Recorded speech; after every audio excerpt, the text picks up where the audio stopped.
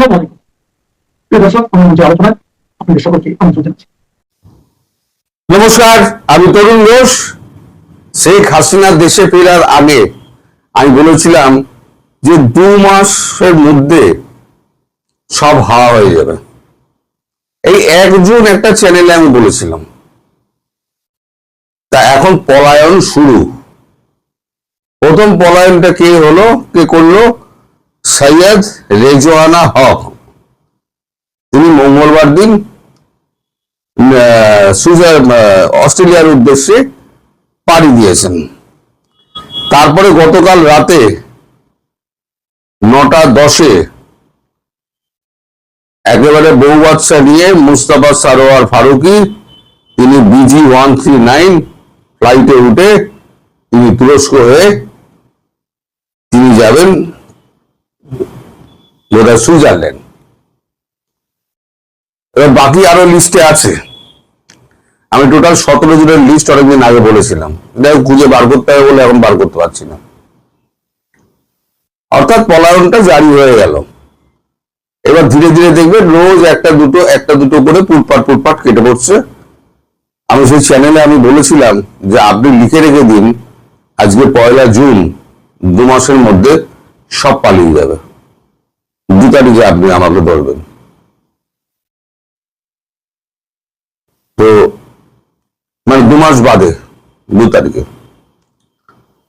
তো আজকে একটা গুরুত্বপূর্ণ ঘটনা ঘটেছে সকালবেলা আমাদের বিদেশমন্ত্রী এস জয়শঙ্কর তিনি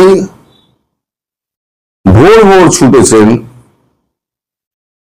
প্রধানমন্ত্রী শেখ হাসিনার কাছে, গিয়ে ব্রেকফাস্ট করেছেন। তার মানে কত সকালে উনি 8টার মধ্যেই ব্রেকফাস্ট করে গেলেন।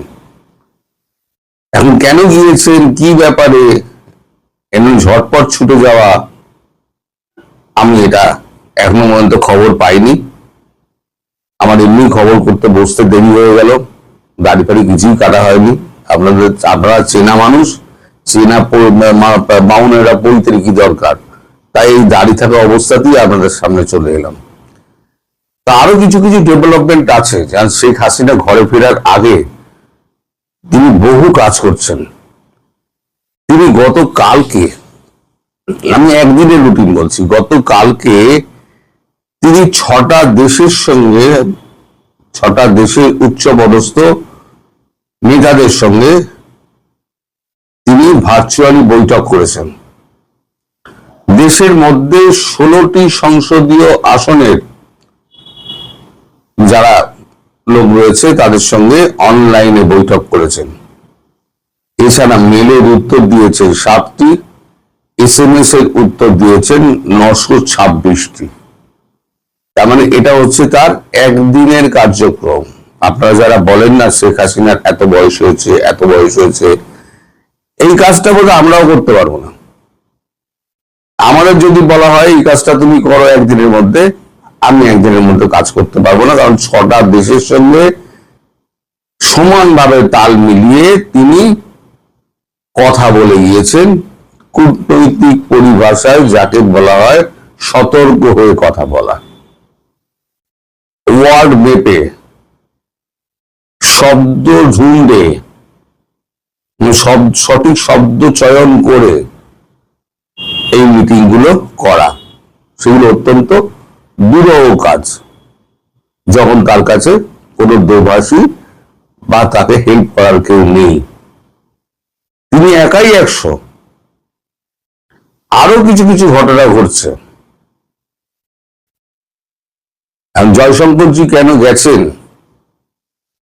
সেটা আমার কাছে এখনো পর্যন্ত পরিষ্কার নয়। আমি হয়তো সন্ধ্যেবেলার দিকে খবরটা পাবো, যতক্ষণ না পর্যন্ত উনি সাউথ ব্লক থেকে ওখান থেকে বেরোবেন আমি খবর পাবো না।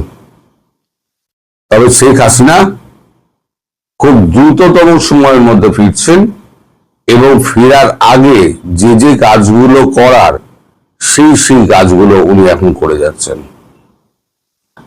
আর ভেতরে এই যে তোফায়েল সাহেব মারা গেলেন, উনি তাকে অন্তিম শয়ন করার পর হঠাৎ করে এত বড় মিছিল হলো, এত এত মাইক লাগানো হলো, এত পতাকা লাগানো হলো, এই দিনহীন লোকেরা টাকা পেল থেকে? একবার আপনাদের মনে প্রশ্ন যাবে না, টাকা পেল থেকে? কারাই অর্গানাইজটা করেছে? কেউ তো অর্গানাইজ করেছে, 1 লাখ লোক যদি হয়, কেউ তো অর্গানাইজ করেছে। লম্বা করে একবার মাইক লাগানো, তারপরে তো ওই মিছিল, মশাল নিয়ে মিছিল, এগুলোর জন্য তো একটা মানে বেস তৈরি করার ব্যাপার থাকে। তাহলে বেসটা তৈরি করলো কে, আর অর্থ দিল কে? আমি বহুদিন আগে বলেছিলাম যে ভারতবর্ষ বেশ কিছু অর্থ দিয়েছে, বহুদিন আগে বলেছিলাম। এখন আমাদের ওখানে যে সমস্ত অ্যাসেট রয়েছেন, তারা এখন তেড়ে ফুড়ে কাজ করছেন,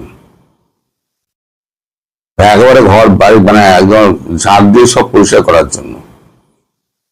ওদিকে খলিলুর রহমান, তিনি ওখান থেকে ফিরে এসে, হেগ থেকে ফিরে এসে তিনি গদগদ হয়ে তারেক রহমানের সামনে গিয়ে বলেছেন, আমি বিশ্ব জয় করে এসেছি। তারেক রহমান উনাকে বলেছেন, আপনি বিশ্ব জয় করেছেন না ঘোড়ার ডিম করেছেন? আপনি কোন দেশের সঙ্গে একটা আমার বৈঠকের একটা অ্যারেঞ্জমেন্ট করতে পারছেন না, না ভারতের সঙ্গে, না চীনের সঙ্গে, না রাশিয়ার সঙ্গে, না পার্শ্ববর্তী কোন দেশের সঙ্গে, না মায়ানমারের সঙ্গে।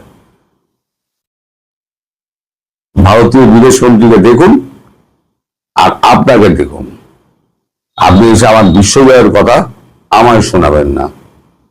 খলিল তো মুখ চুপ করে চলে গিয়েছে, আর খলিল ফিরে তাকায়নি। এখন আপনারা অপেক্ষা করুন।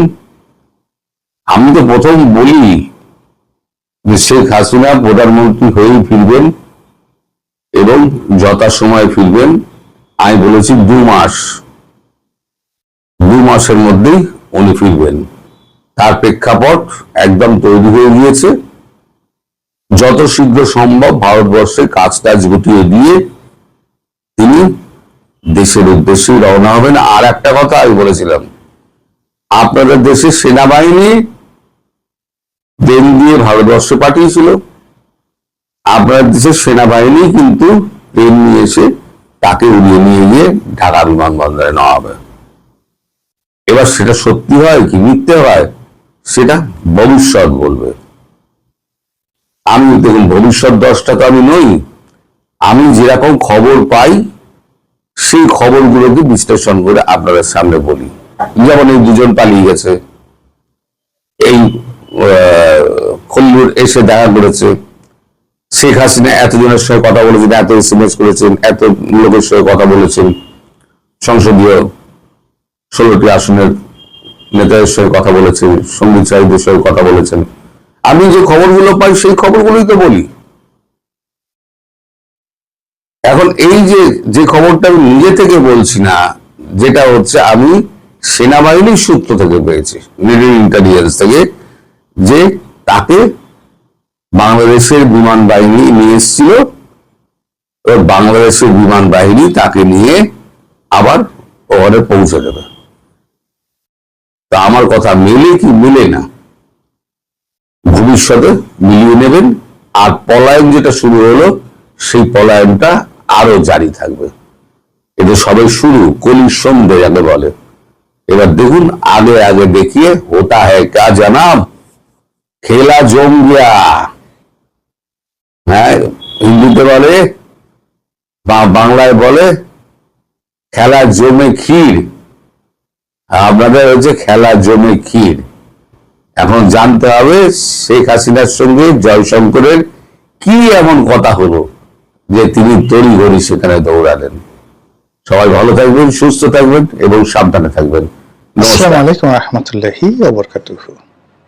সম্মানিত দর্শক, বর্তমান সরকারের অতি গুরুত্বপূর্ণ 2 জন ব্যক্তি নিয়ে আলোচনা করব। একজন হলেন পররাষ্ট্রমন্ত্রী জনাব খলিলুর রহমান, আরেকজন হলেন স্বরাষ্ট্রমন্ত্রী জনাব সালাউদ্দিন। তাদেরকে নিয়ে আলোচনা করা এই মুহূর্তে রাজনীতির একজন ছাত্র হিসেবে আমাদের জন্য গুরুত্বপূর্ণ। এবং আপনারা যারা দেখবেন আমার এই অনুষ্ঠানটি আপনাদের জন্য গুরুত্বপূর্ণ। রাজনীতিতে গেম মেকার, কিং মেকার বা সারা জীবন রাজনীতি করার পরেও কপালে আলু ভর্তা জুটে না, আর কোনো অবস্থাতে জীবনে কোনোদিন দল না করে কোনো কিছু না করে একেবারে হঠাৎ করে এসে মন্ত্রী হওয়া, বড় পদ পদবি পাওয়া, রাষ্ট্রের বড় পদ পদবি দখল করা, এই জিনিসগুলো যদি 90% হয়, এই সুবিধাগুলো যারা 90% ক্ষেত্রে যারা পায়, তারা কেন পায়? এই দুজনের যে উত্থান, এই দুজনের যে সফলতা, এই দুজনের যে গুরুত্ব এই মুহূর্তে, এটা বর্ণনা করলে আপনারা বুঝতে পারবেন। আর অন্যদিকে একজন শামসুজ্জামান দুদু, আসাদুজ্জামান রিপন, সানাউল হক নিরু, কিংবা ধরুন মির্জা ফখরুল ইসলাম আলমগীর, ডক্টর মঈন খান, এরপরে আরো যারা আছেন বিএনপির গুরুত্বপূর্ণ, গয়েশ্বর চন্দ্র রায়, যারা এই দলটির জন্য জীবন জারে জার করে দিয়েছে, আমানুল্লাহ আমান, ফজলুল হক মিলন, নাজিমউদ্দিন আলম, অনেকের নাম বলা যাবে। তারপর উত্তরবঙ্গে যদি ধরেন রুহুল কুদ্দুস দুলু, এই সমস্ত যারা দলের জন্য আসলে জীবন সবকিছু শেষ করে দিয়েছেন, জয়নাল আবেদিন ফারুক, কার নাম বলবো, কাকে বাদ দেবো বলেন? তো তারা দেখা গেল যে দল যখন ক্ষমতা এলো, এরা মানে না ঘরকা না ঘটকা, না বাইরে যেতে পারবে না ভিতরে যেতে পারবে, কিন্তু মূল যে চাবিকাঠি এই দলের, এখন মূল চাবিকাঠি ধরেন আব্দুর রহমান সানি, প্রধানমন্ত্রীর এপিএস, মাহাদি আমিন প্রধানমন্ত্রীর উপদেষ্টা, হুমায়ুন কবির প্রধানমন্ত্রীর পররাষ্ট্র বিষয়ক উপদেষ্টা, তারপরে প্রধানমন্ত্রীর প্রেস সচিব, অর্থাৎ লন্ডনে যারা যারা ছিলেন তারা, এবং তাদের সঙ্গে সঙ্গে যারা ধরেন খুব বন্ধুত্ব ছিল, যাদের সঙ্গে এই লন্ডন গ্রুপের বন্ধুত্ব সম্পর্ক ছিল, তারা অথবা এই লন্ডন গ্রুপের লোকদেরকে সামহাও কেউ একটা ম্যানেজ করতে পেরেছে যে কোনো একটা জায়গাতে। আগে হয়তো 11 সময় তারেক রহমানের বিরুদ্ধে কাজ করেছে, বেগম জিয়ার বিরুদ্ধে কাজ করেছে, দলের বিরুদ্ধে কাজ করেছে, কিন্তু এই সময়টাতে অনেকের দেখবেন তকদির খুলে গেছে, সামহাও দে কুড ম্যানেজ।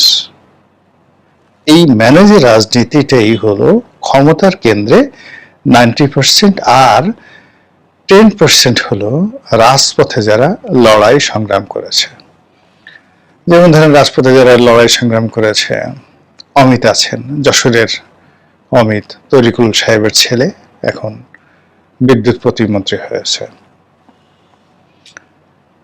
তারপর এরকম আছে, অনেকে আছেন, যেমন চট্টগ্রামের মেয়র আছেন ডক্টর শাহাদাত, অনেক কষ্ট করেছেন, লড়াই সংগ্রাম করেছেন।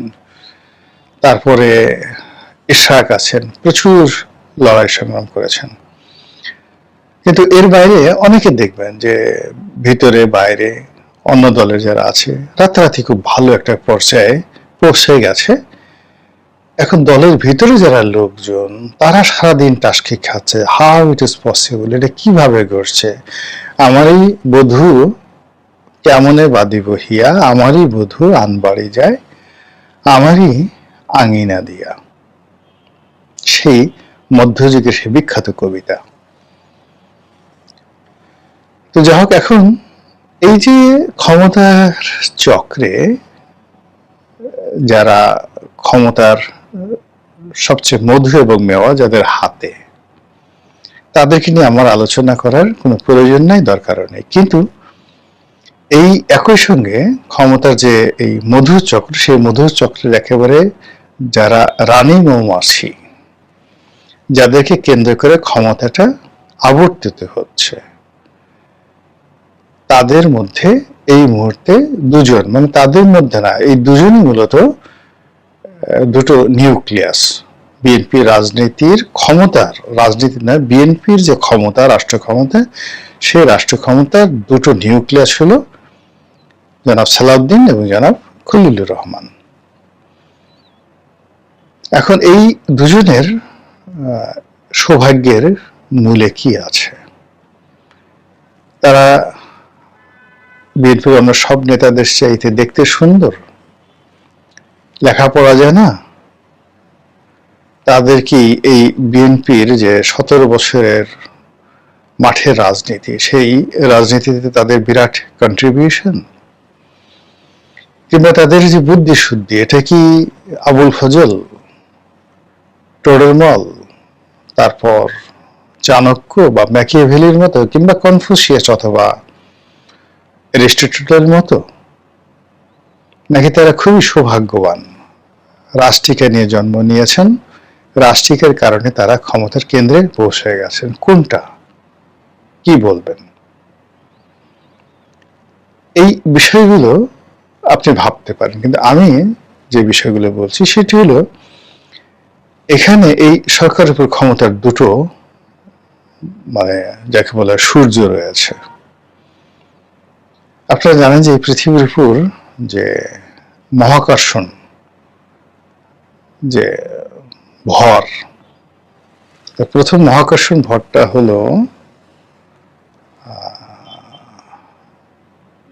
সূর্যের, সৌরজগতের, মানে সূর্যের যে আকর্ষণ, সেই আকর্ষণে আমরা এই পৃথিবীর সব কিছু নিয়ন্ত্রিত হচ্ছে।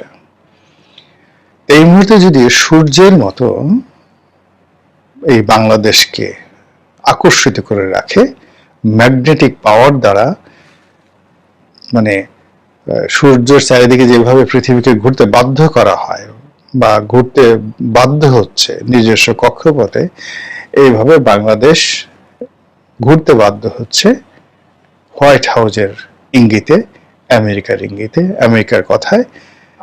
এটা সর্বসাধারণ যারা আমরা লোকজন আছি, আমরা এটা মোটামুটি বিশ্বাস করি বা আমরা এটা জানি।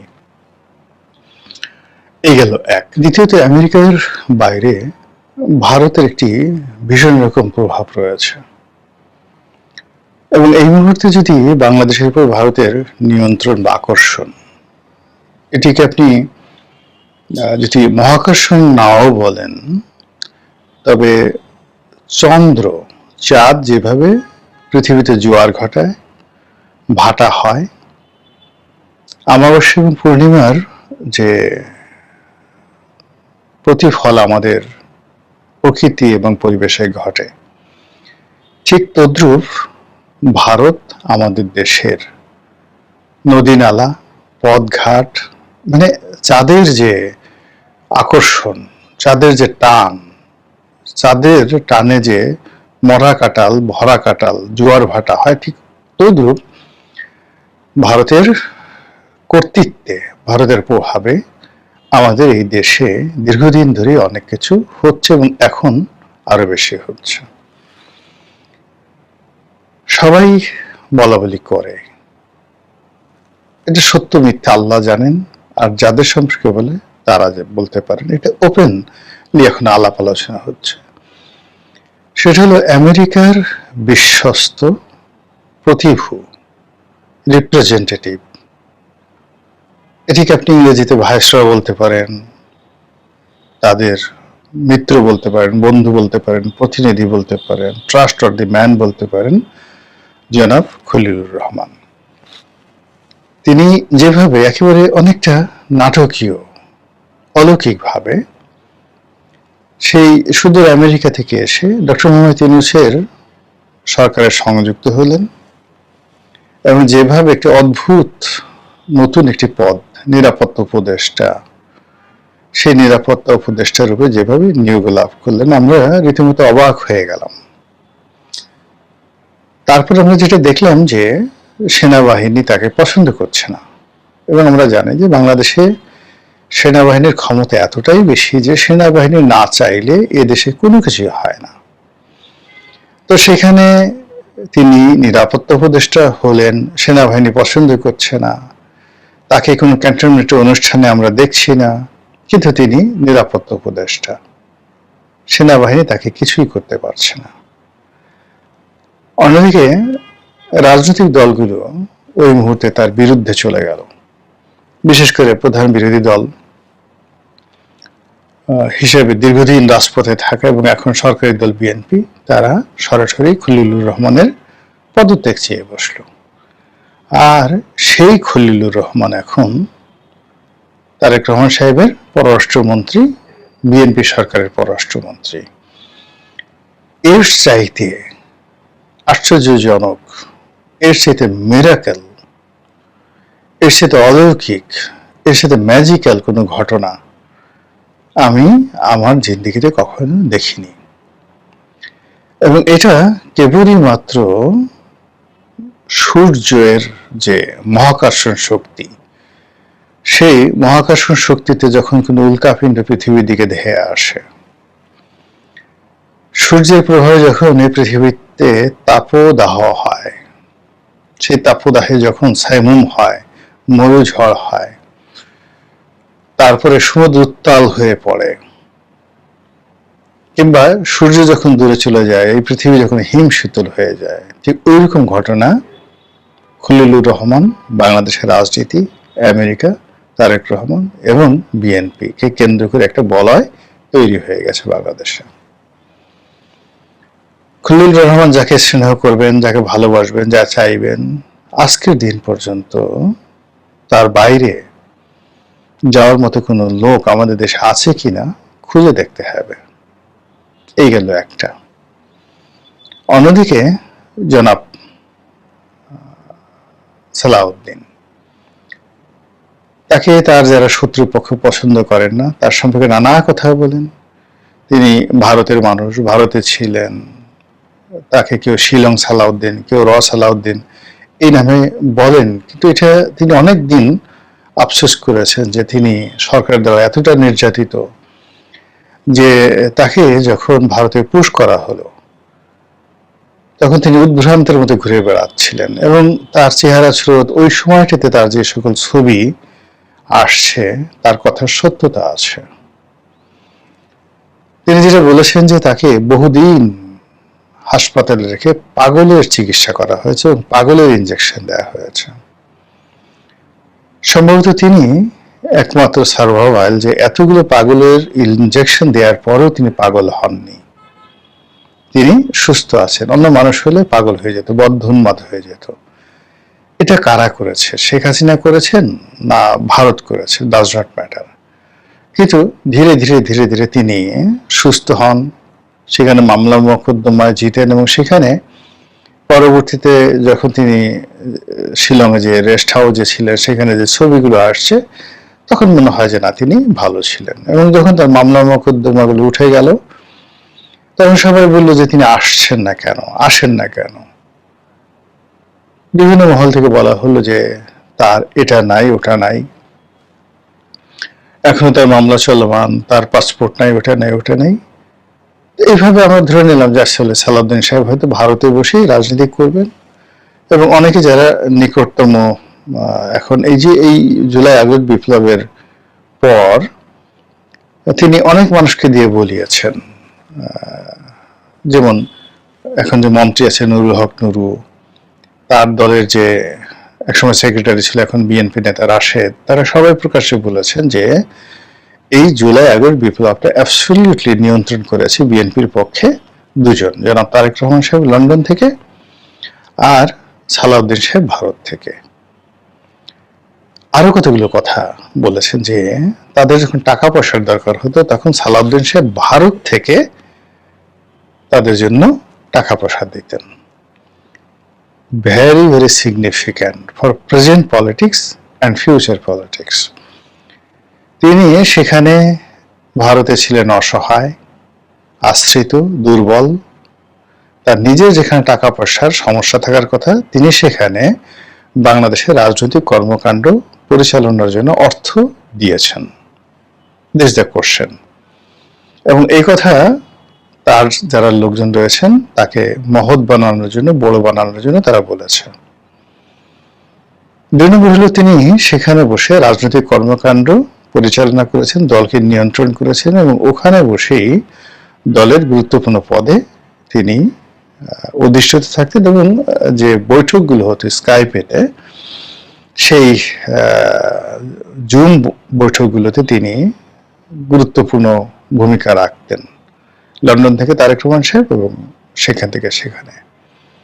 সত্য মিথ্যা আমি জানি না যে তিনি জিয়া পরিবারের খুবই ঘনিষ্ঠজন এবং তারেক রহমান সাহেবের শিক্ষকও নাকি ছিলেন। সত্য মিথ্যা জানি না, লোকজন বলা বলি করে, কিন্তু তিনি নিজে বলেছেন যে তার রয়েছে বহুমুখী সম্পর্ক এই পরিবারের সাথে। তিনি বেগম জিয়ার কর্মচারী ছিলেন, সরকারি কর্মচারী ছিলেন, তারপর তিনি রাজনীতির সহকর্মী ছিলেন, মন্ত্রী ছিলেন, এই কথা তিনি সংসদে তিনি বলেছেন। এখন সেই ভদ্রলোক মানে স্বরাষ্ট্র মন্ত্রণালয়ের দায়িত্বে। এখন তার সঙ্গে ভারতের কানেক্টিভিটি, তার সঙ্গে আওয়ামী লীগের দূরত্ব, তার সঙ্গে বিএনপির সাথে সম্পর্ক, এরপরে দীর্ঘদিন তিনি দেশের বাইরে থেকে হঠাৎ করে যখন ডক্টর মোহাম্মদ ইউনূস ক্ষমতায় এলেন এবং কোন রকম সারা বাংলাদেশকে আশ্চর্য করে দিয়ে তিনি সঙ্গে সঙ্গে বাংলাদেশে চলে আসলেন বিনা বাধা এবং এসেই হিরো।